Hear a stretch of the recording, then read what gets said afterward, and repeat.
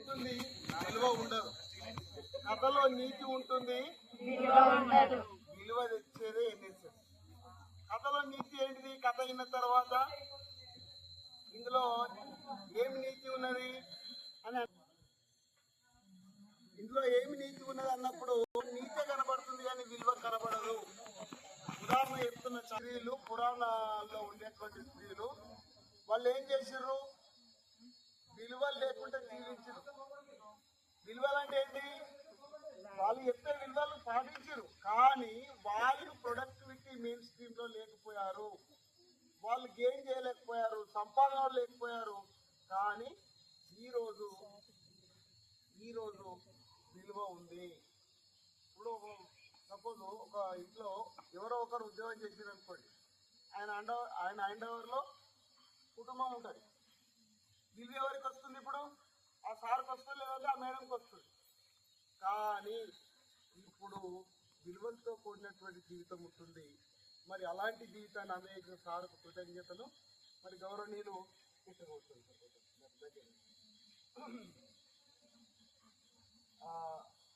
పేరిని రమేష్ గారు, మనం నేను already I told to his effort on పేరిని, ఈజ్ గ్రేట్ డాన్సర్. ఒక అంటే మృతావస్థలో, శిథిలావస్థలో ఉన్న వ్యవస్థను తన జీవితాన్ని అంకితం చేసి పేరిని శివతాండవాన్ని నిలిపినటువంటి మహానుభావుడు గౌరవనీయులు రమేష్ గారు. ఆయన 10 ఏళ్ల ప్రాయంలో వారి నాట్యాన్ని చూసినటువంటి నటరాజ రామకృష్ణమాచార్య వీరిని పట్టేస్తారు. 10వ తరగతి అయిపోయిన తర్వాత ఈయనకు అనేక ఆటంకాలు వచ్చాయి. సార్కు ఏమిరా అంటే ఎట్లా ఉంటుంది, ఇంకా ఆట ఆడడం ఏంటి, ఇంకా డ్యాన్స్ చేయడం ఏంటి, గదేం పని రాని వాళ్ళ అమ్మ, వాళ్ళ నాన్న, కుటుంబ సభ్యులు చాలా వారించారు. కానీ ఆయనకున్నది ధ్యానం చేయాలని సార్కు. అట్లా వెళ్ళి ఆ నటరాజ రామకృష్ణ గారు నృత్య రత్నావళి రాసినటువంటి జయాపసేనాని గ్రంథం, కాకతీయ తోరణాలపై చెక్కి ఉన్న చిత్రాలను పరిశీలన చేసి పరిశోధించి ఈ స్క్రిప్ట్, ఈ డ్యాన్స్ ఇలా ఉండాలి అని ఆయన ఒక డ్యాన్స్ రూపొందించారు.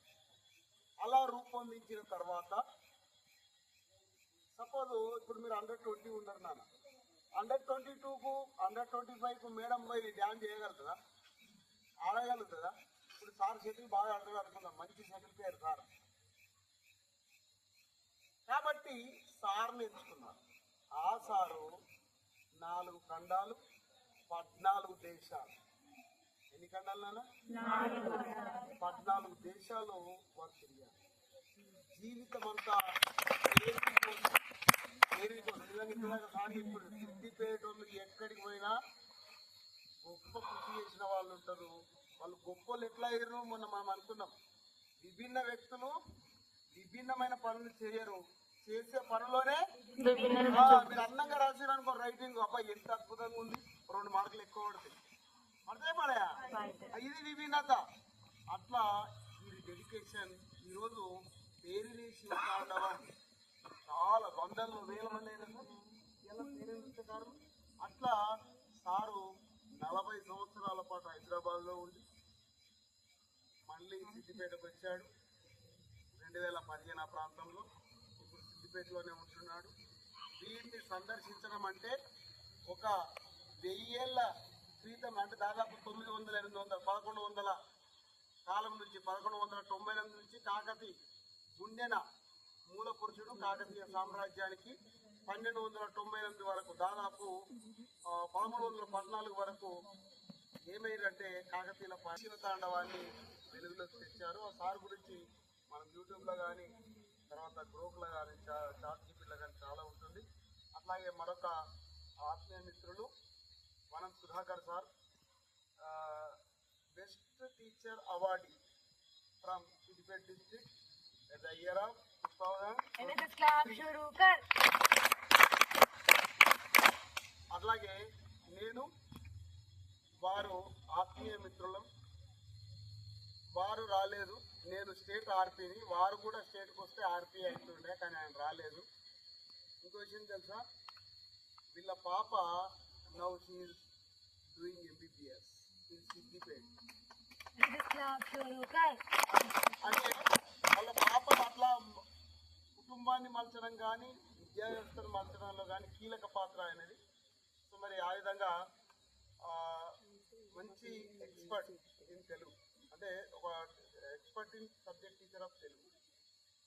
అలా అనేక మీటింగ్లలో వారు పాల్గొంటున్నారు. సో వీరిని మనం ఒక పెద్ద తరం మాకు గురువులు 73లో సారు మొట్టమొదటి నృత్య ప్రదర్శన రవీంద్ర భారతిలో జరిగింది 1973. అప్పటికి నేను ఉండలేదు, ఓకేనా. అలాగే సార్ కూడా చాలా మంచి ఆత్మీయులు. ఇప్పుడు వీళ్ళ మాటలు విందాం. నేను ఒకరోజు ఫస్ట్ రోజు మాట్లాడిన రోజు మాట్లాడవచ్చు, కానీ బాగుండదు, వేరే వాళ్ళందరినీ కూడా పరిచయం చేయాలని ఇప్పుడు ఈ కార్యక్రమాన్ని చేసి